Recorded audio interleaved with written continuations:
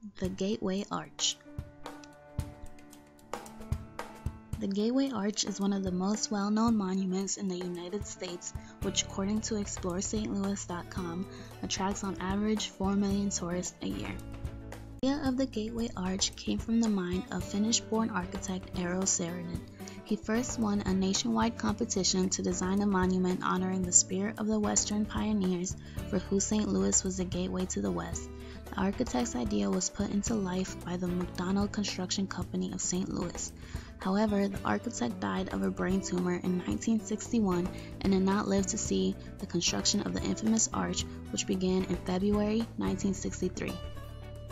The Gateway Arch sits on the Jefferson National Expansion Memorial, which is about 91 acres large, although the grounds that the arch stands on is about 62. The whole memorial consists of the old courthouse, Luther Eli Smith Square, and some of the surrounding streets. The Jefferson National Expansion Memorial is a memorial to Thomas Jefferson. Jefferson bought the Louisiana Territory in the Louisiana Purchase and made Western expansion possible. The Gateway Arch is made out of steel and concrete, which weighs approximately 17,000 tons. The steel used for this monument was supplied by the Pittsburgh Des Moines Steel Company. This monument cost about $14 million. The arch is 630 feet tall, making it the largest man-made monument in the United States. The span is 630 feet at ground level between the outer sides of the legs. In order to get to the top of the arch, you must ride a tram. There are 2 trams located in the arch. They travel up the arch at a speed of almost 4 miles per hour. The trams run every 10 minutes per each tram. There is 5 people allowed in each car of the tram and allows 480 passengers to ride the tram per hour, assuming both trams are running. Once at the top of the arch, you exit out of the tram and enter a 17-foot wide observation deck. The observation deck can hold about 160 people at a time. The observation deck consists of 16 windows on each side of the deck that are 7 by 27 inches. The reason why the windows are so small is because over 500 tons of pressure was used to jack the north and south legs of the arch apart for the last part of the arch to be placed at the top. The larger window would not be able to withstand the pressure. From the observation deck, one can easily see the Missouri River, which is located directly below the east windows of the arch. The Missouri River meets the Mississippi River about 15 miles north of the arch. On a clear day, according to GatewayArch.com, the view can extend up to 30 miles in either direction, although St. Louis tends to be hazy, which makes it more difficult to see. On the clear days, you can see the river, the old courthouse, and the Busch Stadium, which is home of the St. Louis Cardinals. The last piece of the arch was put into place on October 28, 1965.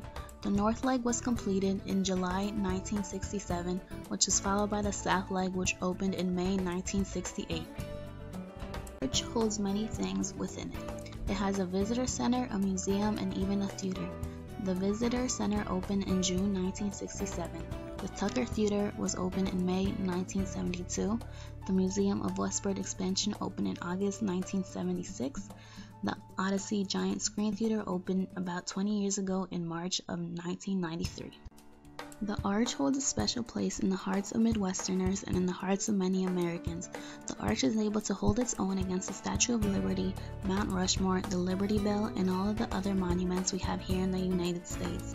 Although the arch is one of the newer monuments, the unique beauty of it will keep tourists visiting for years to come. Now, I would like to share my personal pictures of my trip to the Gateway Arch. These are pictures of me driving up to the arch. These are close-up pictures of the arch. This is me in Luther Eli Smith Square. And that's me with my best friend on the stairs of the arch. And that is my brother with the arch behind him. And that is my cousin and best friends on the stairs. And that is me with the arch behind me. And that's us walking into the visitor center. These are pictures of inside the museum. And that is the tram that I rode on. And this is us standing outside the tram doors.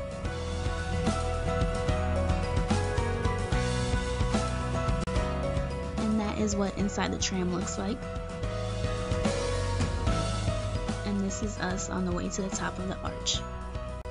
These next few pictures are of the view at the top of the arch.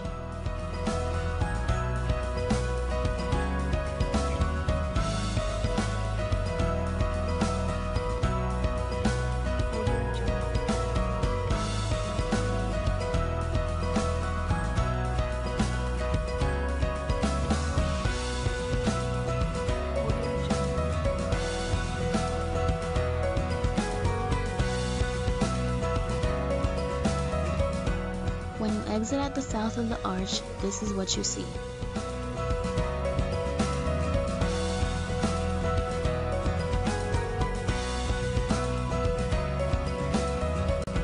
Thank you guys for watching. I hope you enjoyed.